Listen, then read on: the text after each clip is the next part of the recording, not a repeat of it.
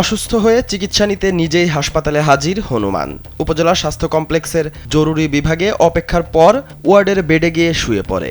সহচরদের আঘাতে আহত হয়ে ডাক্তারের কাছে ছুটে যায় হনুমানটি। অদ্ভুত এ ঘটনায় এলাকা জুড়ে ব্যাপক আলোড়ন সৃষ্টি হয়েছে।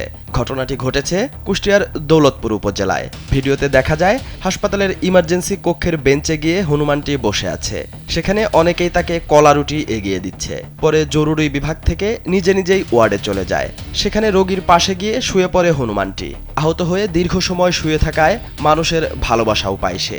কেউ মাথায় হাত বুলিয়ে দিয়েছে, তো কেউ আবার খাবার দিয়েছে। তবে আহত অবস্থায় হাসপাতালে গেলেও চিকিৎসা ছাড়াই ফিরতে হয় তাকে, কারণ সে ভুলবশত মানুষের চিকিৎসা কেন্দ্রে গিয়ে হাজির হয়। দৌলতপুর উপজেলা স্বাস্থ্য কমপ্লেক্সের কর্মকর্তা ডাক্তার তহিদুল হাসান তুহিন জানায়, হনুমানটি আহত অবস্থাতেই হাসপাতালে আসে। চিকিৎসা না পেয়ে দীর্ঘ সময় অপেক্ষার পর নিজে থেকেই চলে যায়।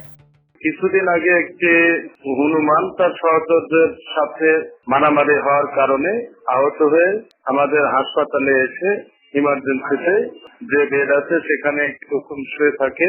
তারপরে হাসপাতাল থেকে আবার সে চলে যায়। তো অনেকে ধারণা করতে যে হয়তো চিকিৎসা নিচ্ছে, কিন্তু আমাদের এটা তো মানুষের হাসপাতাল।